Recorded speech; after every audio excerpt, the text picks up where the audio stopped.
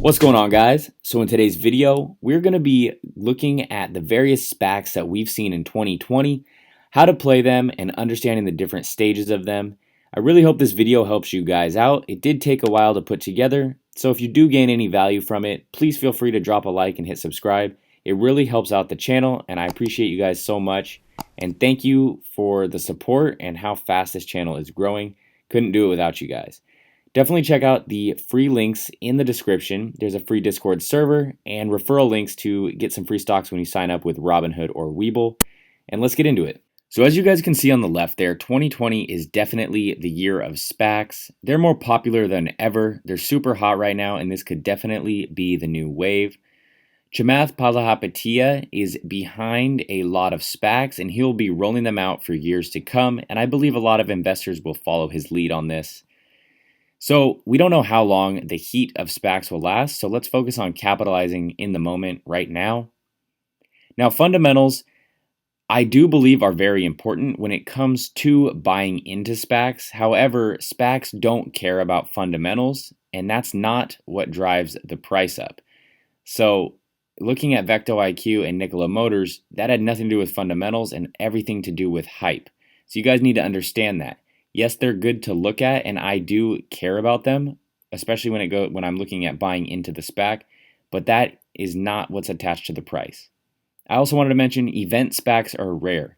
So SPACs like Nikola Motors, Shell Hyliion, I'm sure there's a few out there that I'm forgetting. The ones that really run up like insane amounts, those are rare, and you're not going to get that with every single SPAC, but we will look at the various stages and how you can play them and profit from them. So looking at the SPAC timeline, we have catalyst number 1. This is rumors, articles, Reddit threads and Discords. We're in the early stages. The price is around $10 and not moving much, and there's very low volume. Catalyst number 2, non-binding letters of intent, more articles, more talk. So example, ChargePoint, they don't have a definitive agreement, so it's not a for sure thing.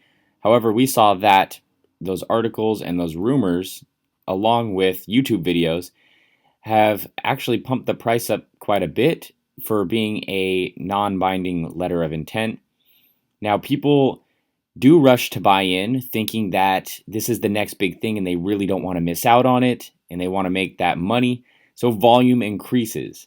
We see the price rise from, that $10 range, and it hits that $11 to $14 range, and then it fluctuates back down to $11 to $12. Catalyst number 3, binding definitive agreements. Investor presentations come out, which give you a better idea of the merger timeline and when you can expect it to go down. YouTube videos from everyone start coming out, which ultimately hypes the stock up and really starts increasing it and the volume, which will increase the price. But this does vary from SPAC to SPAC. So usually that is a $15 to $20 jump. However, in the event SPACs that I discussed earlier, like VTIC and Shell, they had jumps from $16 to $20. And then when more hype came out, they went from 20 to the low 30s. And then they fell back down to around that 19 and 20 mark in both cases. So the next event in the SPAC timeline is noticeable sell-off number 1 from profit taking. And this happens from institutional investors, market makers, retail investors, swing traders. So the price ultimately drops back to the point of the jump. So for example, Shell Hyliion went from 20 to 32 back to that 19 to 20 range. On to catalyst number 4, we have announcements of the merger vote. You have more interviews from the company. The date gets much more defined of when you can expect it to merge. The excitement starts to build back up and price starts rising. So this will cause FOMO to kick in, further running the price up. And some do still swing trade, but we have found a new price range.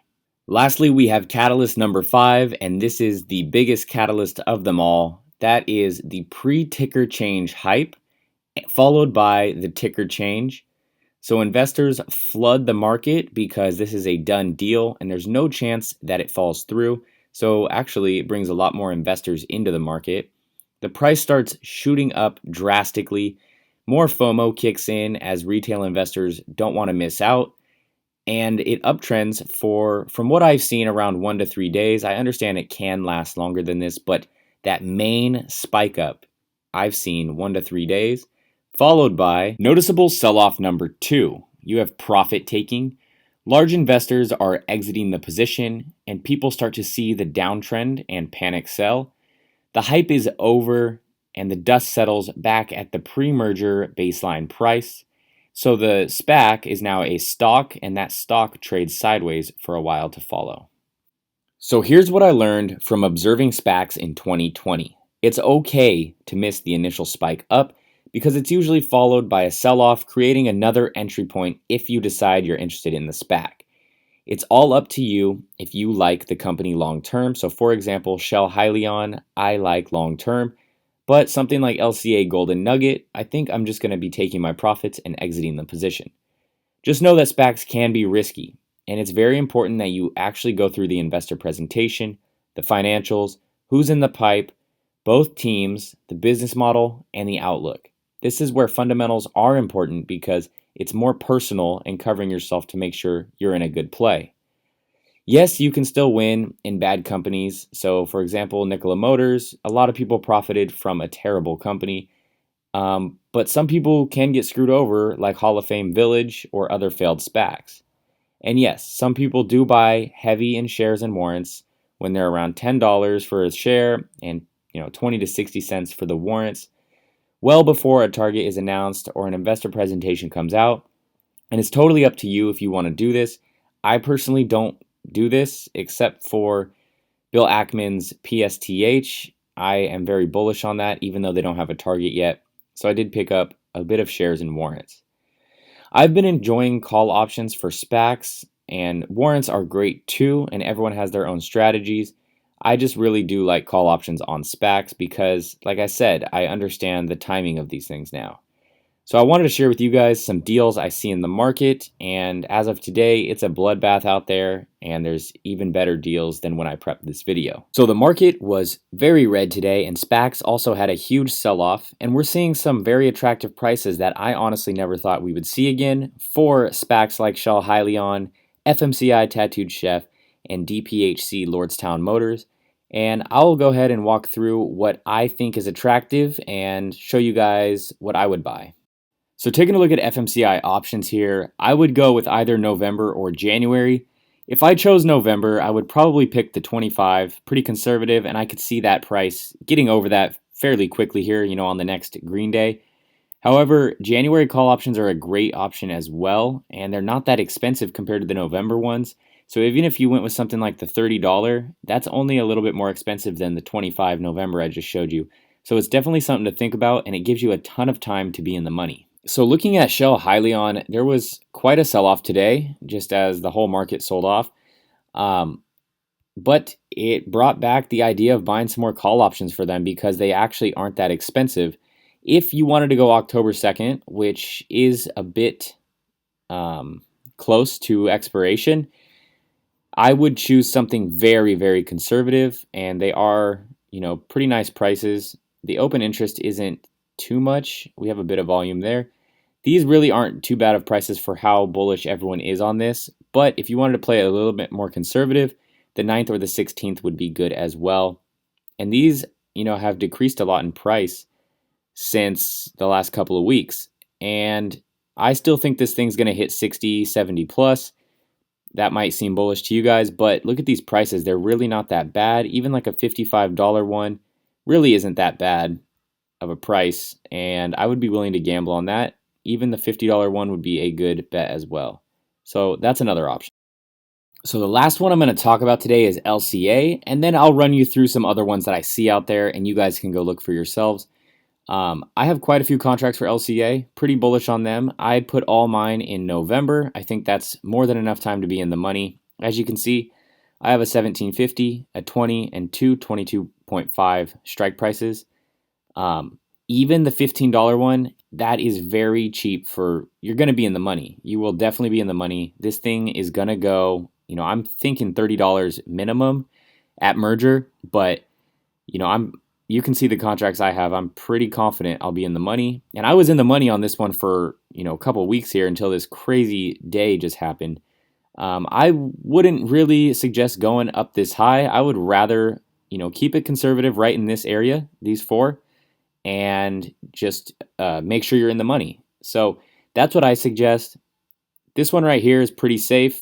If you have $355, or you could even bid $350 and you get filled, I think that's a great deal. And I think you're going to make some money on that. So some other plays I see out there. We have TRNE, FEAC, and FVAC. These likely won't pop off like the other contracts and SPACs that I mentioned, but I do think if you played them, in that 12.5 strike range, that initial pop will eventually hit 15 and you'll make a nice gain.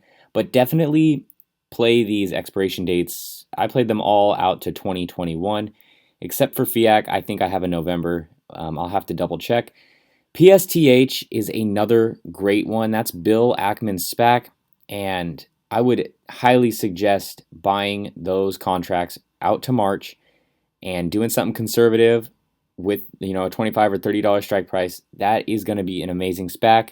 We don't know the target yet, but we're basically just betting on it being a huge unicorn. So, think about that one as well. CCXX is very undervalued at the moment. They have a vote on October 7th, and they're under that $12 mark. So I would go for the $12.50.